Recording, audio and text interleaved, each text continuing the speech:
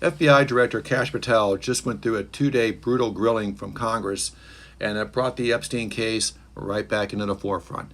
Hey everybody, welcome back to the Center Lane, a political discussion for those of us in the middle. Compromise is not a bad thing.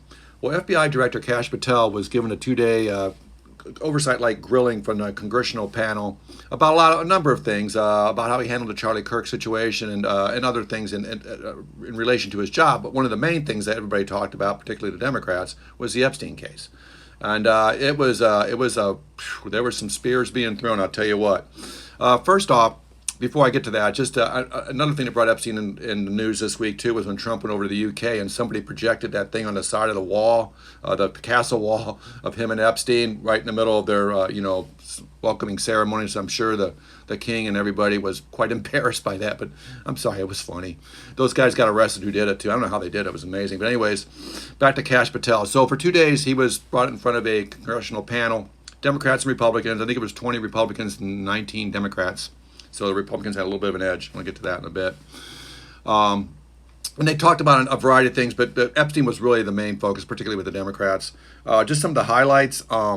Representative Sewell, I think he's from California. Him and Patel, they went at it. They went at it hard. But Sewell was just trying to say, hey, look, how many times is Trump's name in the files? Of course, he's going to use Trump as it's a Democratic.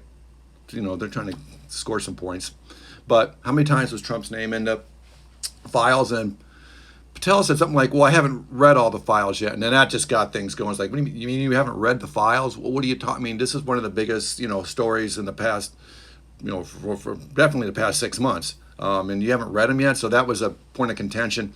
So they went back and forth. And of course, Patel started insulting Representative Sewell, saying, you're in a state that's harboring all this and we're cutting crime. He tried to, divert, which is a tactic that, Patel's a lawyer too, so a couple lawyers going at it.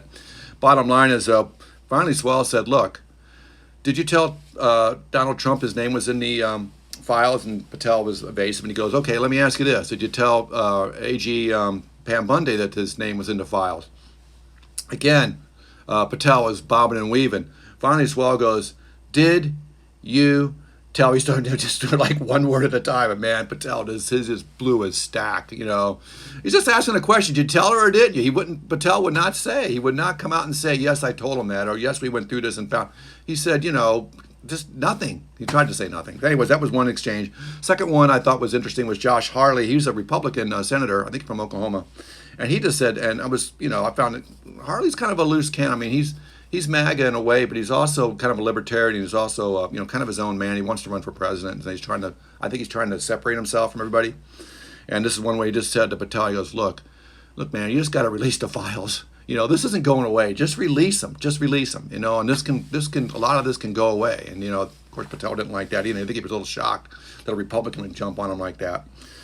Then Patel looked for a state escape hatch, so he started to blame, Kash Patel started blaming Jim Acosta, who was the Southern District Attorney General for Florida during the 2008 sweetheart deal given to Epstein. And then in 2017-18, he was the Labor Secretary. And when when Epstein was rearrested or whatever, Acosta silently just kind of like, I'm going to move on to different things now because he's really under the microscope.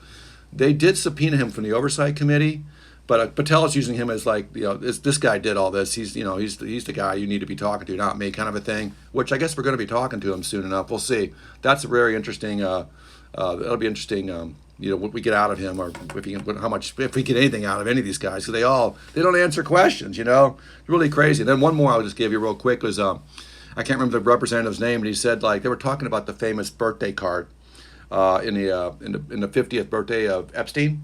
And Trump drew the picture, and it had a little poem in it. It was kind of weird. And Trump, denies doing it, and they're suing Rupert Murdoch and all, and which is kind of funny because Murdoch and Trump were at a state dinner at the Buckingham Palace yesterday together. That must have been fun being in that room. But anyways, back to the letter. So Patel's going, talking about the letter a bit, and then the representative said, well, are you guys launching an investigation into the FBI investigation of that letter? Because if the president didn't sign it, then somebody's using, they're faking his name, and that needs to be. And Patel's going, why would I do that? And the guy got, the representative said, because it's the president. if somebody's forging his name and putting stuff out there, that's worthy of investigation. He goes, Patel's going, oh yeah, maybe we should do that. I mean, it was pretty good. The guy, I think he really caught Patel cold. He did not see that coming. He didn't have a diversion tactic like he used for everything else. So long story short, it was longer than this. If you guys want to get more into it, you can certainly do your own research. But it was telling, and it's also going to bring this story back into the forefront.